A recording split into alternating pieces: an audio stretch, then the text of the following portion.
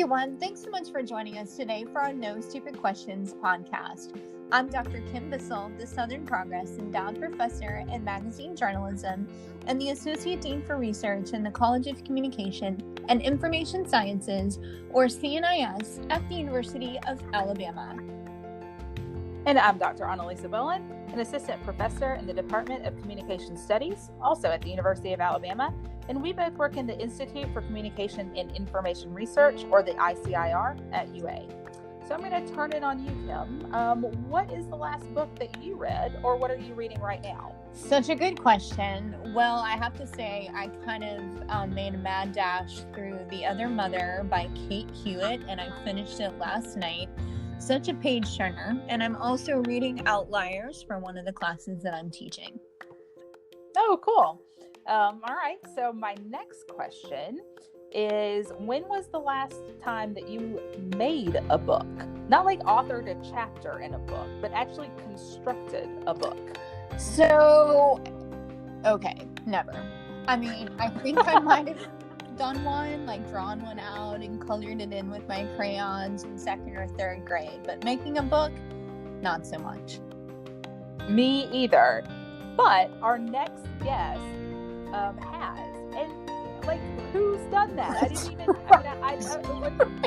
even. I can't even. But we're going to talk to her about these processes, because most of us, like, you're right, we maybe drew out a book, cut it with some scissors, folded some paper in second or third grade, but not much after that. Right.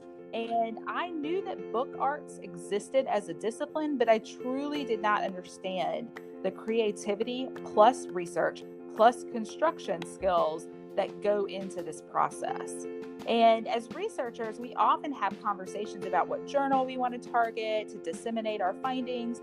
But like, what if we actually had to create the vehicle for sharing our scholarship? I truly can't imagine it. Actually, I can't either. And this is why our conversation today with Dr. Sarah Bryant, an assistant professor in the School of Library and Information Studies, who creates vehicles for sharing scholarship, is so interesting. She also creates the content for the books she makes, and she has shared her scholarship in a variety of places, from New Zealand to Marseille, and museums from the New York Public Library and many other places around the country. We'll learn so much more about these processes and the area within library studies in today's conversation. Thank you so much for joining us, Sarah. A huge welcome to you.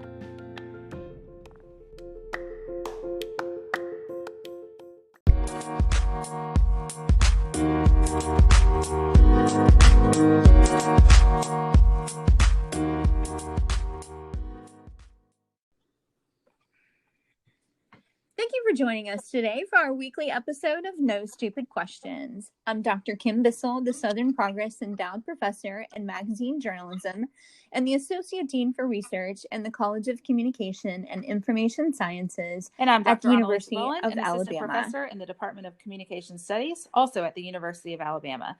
And we both work in the Institute for Communication and Information Research, or the ICIR, at UA. Today, we're going to be talking to our next researcher and scholar in the area of book arts. That's right. And book binding. During the next 20 to 30 minutes, we'll be talking with Sarah Bryant, an assistant professor in the School of Library and Information Studies in the College of Communication and Information Sciences, about her creative activity, how it applies to everyday life, and how working from home has affected her work for good or for bad. I am so excited to be talking with Sarah today because she is a book artist and a scholar. Fun fact to get us started, Sarah's work can be found in a lot of amazing places, including the Library of Congress and the New York Public Library. I think that is really cool. So welcome, Sarah. So we have to start with a fun question. We noticed that you lived in the UK for about 4 years. What was one of the favorite things that you experienced living there, and what was your favorite UK food? Well, I lived on the coast. I lived in Brighton. It was so beautiful. And so, I mean, I just felt so fortunate to be living there and working there. And so I think my favorite food is the crumpet. If we're just, it's simple, cheap, and totally delicious, you know. So I guess that's a simple answer for me. Maybe a little embarrassing. No. No. I would totally own that one. So Sarah, can you give us an elevator pitch on your work? Sure. So I'm an artist who makes books. Most people don't know that book arts even exists, I guess it's possible. So I try to explain things by saying that, some artists, they might make prints, they might be printmakers, they make things that hang on a wall, or they make videos or whatever they do. I make books. So my books are works of art, but their content is research driven. So I do a lot of research before I make a book. My books have ranged in their subject matter from data visualization to urban planning, to kind of personal collections. And all of my projects have in common a kind of attempt to take a topic and then reframe it to ask new questions or challenge that topic in some way. So that's what I do. I make those books. I design them, I letterpress print them usually, and then I bind them, and then they end up in libraries and special collections. And sometimes I collaborate with people in other fields. So that's kind of my jam. Wow. That's cool.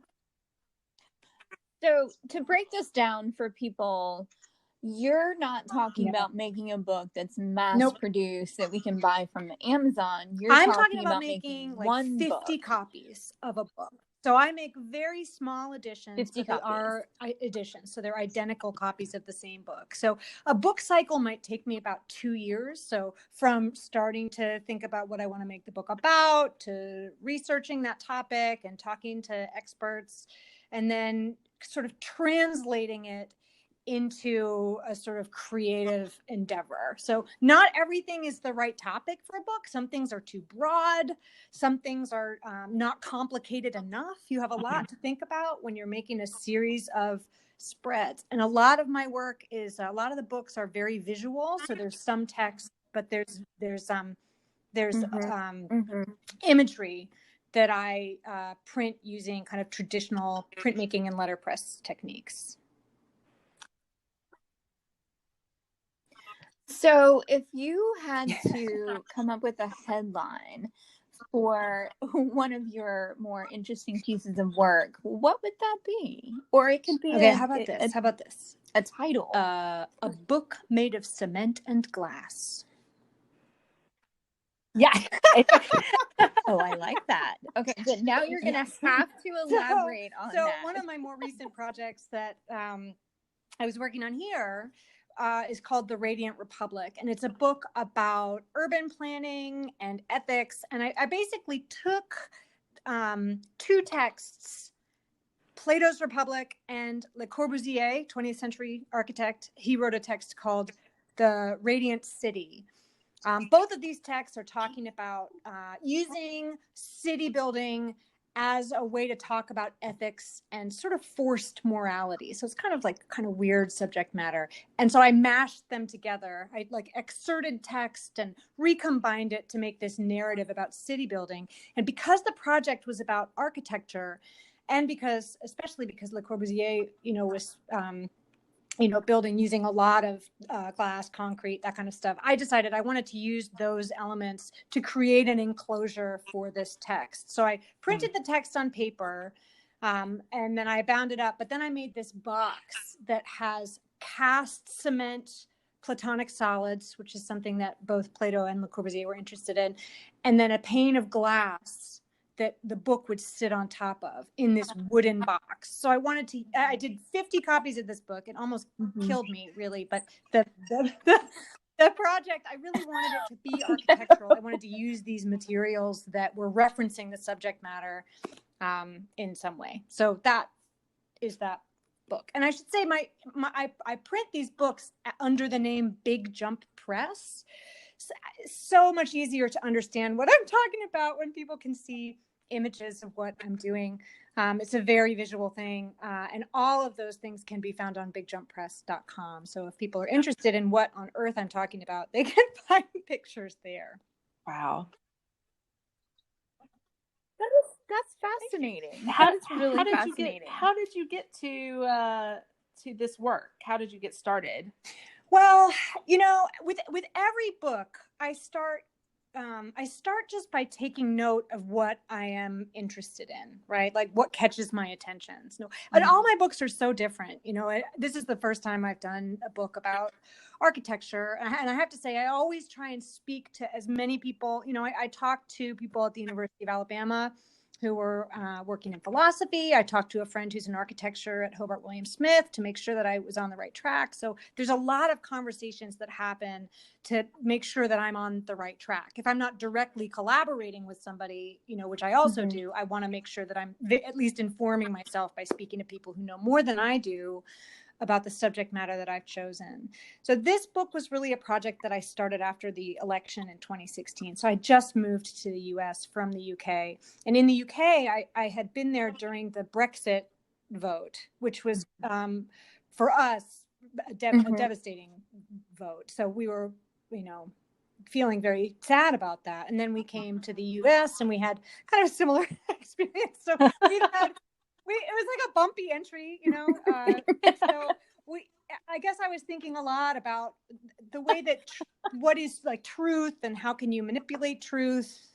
If it's manipulated, is it still truth? I was thinking about all those kinds of things. I was thinking about what different people consider to be an ideal society and what that means, and who we're listening to about that. And so I started by making these platonic solid shapes, because platonic solids are considered to be, by many, this kind of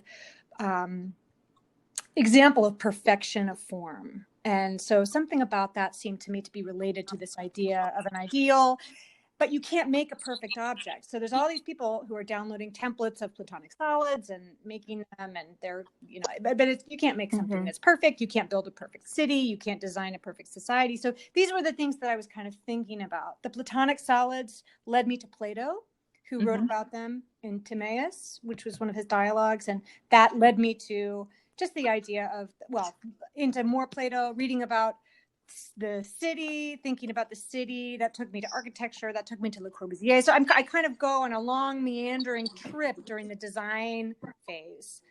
And then all through that time, I'm kind of making and discarding and speaking to people and making some more and discarding. And so it's just this long kind of iterative process that takes me from kind of a pile of debris that I'm sort of interested in to a fully thought out piece of work that I can then edition. So what's the actual process? Are you selecting paper stock? Are you designing covers? Can you tell us just a little bit more? And you've done this to a degree, but can you just do a deeper dive into the method I'm that designing you use the for whole this project, and I'm using my own skills to produce the whole project. So when I'm in the design stage, one of the important things to consider, in addition to like what is the conceptual foundation of the project, is also like, how do I choose materials that amplify that content? So for me, for this book, as I mentioned already, I was selecting these materials: glass, cement, wood, but also handmade flax paper, because that kind of I could fold it and score it into these patterns that were very architectural. It makes a particular sound. So I'm really trying to think very deeply about the materials throughout the design. Then comes the printing. Once the design is resolved, I can get on the press. And so I am printing using letterpress equipment. So it's just me on a press. Sometimes I'm carving imagery out of linoleum or wood. Sometimes I'm setting the type digitally and making a printing plate, using a photosensitive plastic material. Sometimes I set metal type, which is kind of a traditional letterpress method. So I'm using all of these very traditional but contemporary. We can take digital imagery and translate it and print it letterpress. So that's the printing side. And then I'm binding it myself. So I had some assistance from a person who has a laser cutter, who has a business laser cutting for artists. So she helped me laser cut the wood for the box, but then I'm putting the box together and sanding the box and oiling the box and building these molds to cast the cement. And every box has 9 cement forms. I'm casting all these things 50 times. And that, so it's very, very, very process driven, the work that I do. So you have to love it. You have to really want to make this work. So that I hope that sort of explains a little bit about what kind of processes are involved in this kind of thing. Yeah. So, I mean, I'm going to ask maybe a stupid question, but the title of our there podcast are no stupid here. questions. No, there are no stupid questions. There are no stupid questions. Read the books, or are they, yeah. put behind glass and meant to look at? It's so complicated, right? For book artists and for people who are, acquiring these books, because you're right. I mean, it's hard to read a book because sometimes, these books go to lots of exhibitions and stuff.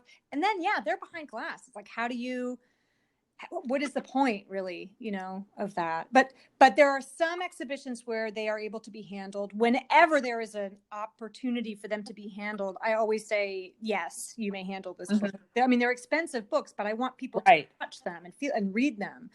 I also have videos that I make of me reading the text in, with imagery from the book to help people understand what the project is if they can touch the project. And I also make prints. So I make kind of smaller versions of the book that I can, get out there for a lower cost, so that it's not just like libraries and museums that can collect them, but individuals. So I try to find ways for people to read them. And when they do land in libraries, often university libraries, I hear from the special collections librarians that they are bringing classes in that handle them and read them. So they are being accessed, but there's always a question when you're making this kind of work of how to get them into people's hands when it's such a laborious process with such a small edition. And another thing that I'm interested in eventually, I mean, it's like there's always too many things to do and too many things to be interested in. But I'd like to, find a way to produce more kind of tangential digital content, that relates back to the book project. So there are book artists out there who are really exploring that boundary of the kind of the artist book and then the digital artist book, and using technologies to create augmented reality artist books, and all kinds of interesting things are going on. So I'd be interested, my process is very different, but I'd be interested in finding ways to really take the project and as a core, and then blow it out into a place where more people can experience what I'm trying to do. So I have to ask this. You're a scholar, but you're also a professor. So how do you go about teaching what you do to students? Because it sounds so individualistic, and that it can take so many different paths. What do you do in the classroom with students who are interested? So it depends on this what type of work. What the class is, right? All of my students currently are graduate students. So they've all come to the University of Alabama to deeply, deeply study how to make books by hand. So my colleagues, Anna Embry, who teaches most of the binding courses, and Kyle Holland, who teaches the papermaking courses and also dips into binding and printing, and myself, and I teach primarily in the kind of letterpress artist book kind of zone, but we all move kind of freely between these subjects. So what I'm trying to do first, and it's a balance, I'm trying to train these students in these very specific hand skills, press operation, book binding, but I am also trying to inculcate a kind of appreciation for the way that these things work together, how to create a book where you are creating a cohesive book. So you're thinking about the structure, you're thinking about your content and your concept, and you're thinking about how your printing methods and your binding methods kind of inform what you're doing. And primarily, one of the most important things I teach my students, or I hope I teach my students, is that you cannot just like design a book and print the book without a long process of making and discarding. Like you can't, you're never going to like design something and the first thing you do is going to be the thing that you're going to want to move ahead with. There's a lot of experimentation that you have to do to make sure that that you're making an intelligent project. But I'm also teaching students who don't necessarily want to be doing artist books the way that I do. Some of them are more interested in fine press, you know, taking, working with authors, poets, artists to create books using content that already exists. And so then we're talking more about typography and the kinds of choices that you make and so there's a lot to dig into with book art, you know, and I'm only one part of the triangle of faculty trying to talk to these students about these issues. And it's a pleasure because most of the students who come to see us are, you know, they've made this commitment to spend 3 years studying. So they're very dedicated and their work is beautiful. So I feel very privileged to be a teacher and I like teaching very much. So it all, you know, these things work together, and teaching the students helps me in my own work because then I'm forced to, if a student has a particular problem, I need to dig deep and figure out how to solve. Sometimes it's a solution that I don't really know. And so then I can take that back to my own work. So it's energizing. So you mentioned, you know, all of these decisions that go into the work that you create. You know, in a typical kind of academic research, we go through the publishing process of revising and resubmitting, and reviewer number 2 is the problem. But you go through jury processes, and you are a juror of others' works. How does that? Can you describe that process? Sure. So the way that I guess that there's sort of 3 stages of the work, and one is like the design, which is very, you know, intensive. Then there's the production, and then there's the dissemination. So where is it going to go? You know, what kind of places is my work going? So they're the first they are they end up in special collections libraries. So that's a kind of review process. You know, the libraries have a limited budget, and so they have to determine which books they think will be best in these very specific collections. And some of the collections are quite fun. For example, I have work at the UCLA Biomedical Library. You know, they have, I've done a couple of books where, you know, I'm very interested in the intersection of the arts and the sciences. So I've done a couple of projects that are kind of hovering around in that zone. And so it's fun to see where you land. I have a book in the Yale collection of books on color. So there are different places where my books go just in terms of libraries because they're perceived to kind of benefit that collection in some way. So that's one way.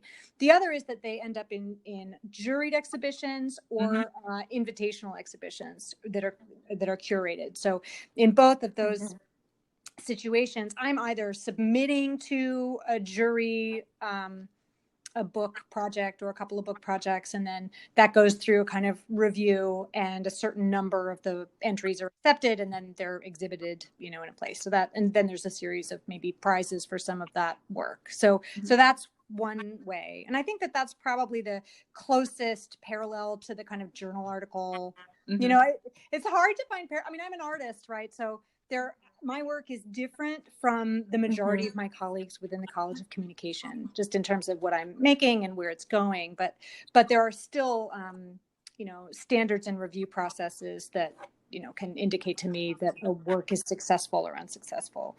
And then there are certain exhibitions where I am invited by a curator, you know, who is designing an exhibition. And so that's kind of less of a juried application process, but still kind of a, you know, it might be a prestigious exhibition that travels around the United States or whatever it is. So I think that kind of sums up at least some of where my books go. And then there's also opportunities where I have to apply to be representing my work at certain book symposiums or whatever it is. So there are just a number of different ways that I try and get my work out into the universe. So Are there ways that your work contributes I hope to so. social I mean, there's some, justice? I've done a number of projects in the last few years that are directly responding to things that have been going on. So I printed 2 books in the last 3 years to raise money for the ACLU and the Southern Poverty Law Center. These are like not the kind of full scale books like the one I was describing earlier, but more, some books can be quicker, right? And the point is not to laboriously agonize over the conceptual foundation, but rather to support social justice organizations. And so in those instances, it's more of a like, how can I contribute? How can I use my skills to like fundraise or raise awareness? And this summer, I produced a book that I hope was helpful. Immediately following the murder of George Floyd, I designed a book project that's basically a template that anybody can download and make and distribute within their community or sell to raise money for social justice in their community. So I'm trying to find ways to just to use what I have, and, so I hope those things are. I hope those things are doing what I want them to do, which is to, put the money in the places where it can do the most good. And then there's smaller things after the, when DACA first came under threat, 3.5 years ago, I was just printing postcards that people could send to their representatives. But all these things are kind of my personal thing or my own things. And I'm looking for ways to incorporate this kind of activity a little bit more into my curriculum. But right now, of course, my curriculum is in a muddle because of COVID-19. It's hard. We're so equipment dependent, and we're in tight quarters. So finding ways to navigate that while still enabling students to access the presses and produce projects, I'm having to kind of make some I don't know. This is another topic, but anyway, I'm hopeful that I can continue to produce my own projects that are, contributing in some ways to social justice. But also, I'm optimistic that I'll be able to incorporate more students into that work eventually. Well, and I was going to ask. I mean, you have given me a tour of your space, and it is quite equipment heavy. Yes. So. Heavy do you have the same thing at home? Well, I own a printing press, but I have not moved it down like a fool because I had access to all these presses. So of course, the first thing that happened in March was that I lost my access to the presses, and I thought, why didn't I move my press down here? I guess I was just waiting to see if I could get it into the basement or whatever. So, but I have all the binding equipment that I need. I have a studio in my basement downstairs, and I do have a press that I am now really planning on moving down. But no, I don't have exactly what I need. So things had to go on hold, and of course the students, they all had to stop. We were just on the edge of all of my students in the 2 letterpress classes I was teaching last semester. They were all about to print their books. Like they designed their books, they'd gotten the paper, they'd cut it down, and if they hadn't started to print, they were ready to print. And that was what was going to happen after spring break. And then of course everybody had to stop, and we had to refocus on something else. So yeah, it's been a puzzle, Yeah. Wow. So one final question for you, and hopefully it's a fun one. As academics, we have the good fortune of being able to travel to different countries or different cities around the United States to present our work. What's one of the favorite places you have visited to present your work, or that you're looking forward to I've been visiting? really lucky as a part of the university and as a part of the book arts program to go to Havana, I think maybe 5 times now. Oh, wow. To work on projects with Cuban artists and poets. And this is something that was initiated long before I was here by Steve Miller and Anna Embry. There are many books that they've produced under the name Parallel Editions that they work on with Cuban artists and poets and students in the program. And so it's immensely rewarding to be able to go and work with these artists. And so that, in fact, one of the sad things about last semester, not to be mourning last semester so much, because I'm looking forward to the fall and things are going to be good, but But we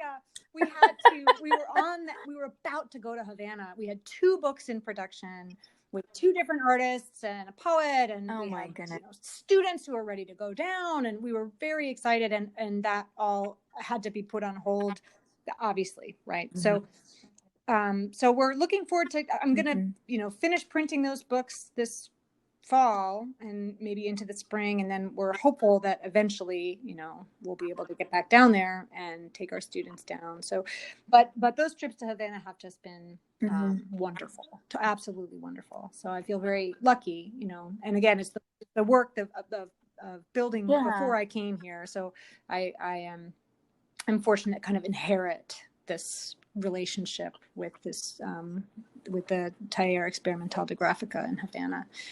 And I do, before we, say goodbye, I do want to say I'm very boohoo about how things ended last semester for my students, but we're doing things this coming semester. We're like using this time in a positive way, so we're looking forward to getting the students back on the press, but we're also looking forward to teaching them some really useful processes for when you don't have access to the press.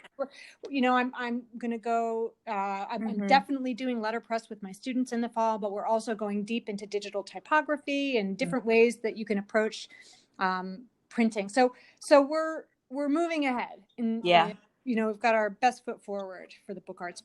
So that's great. Well, Sarah, it has been such a pleasure talking with you today and learning more about the work that you do. It is truly fascinating, and this has been very, very fun. So thank you. Bye. All right. Bye, you guys.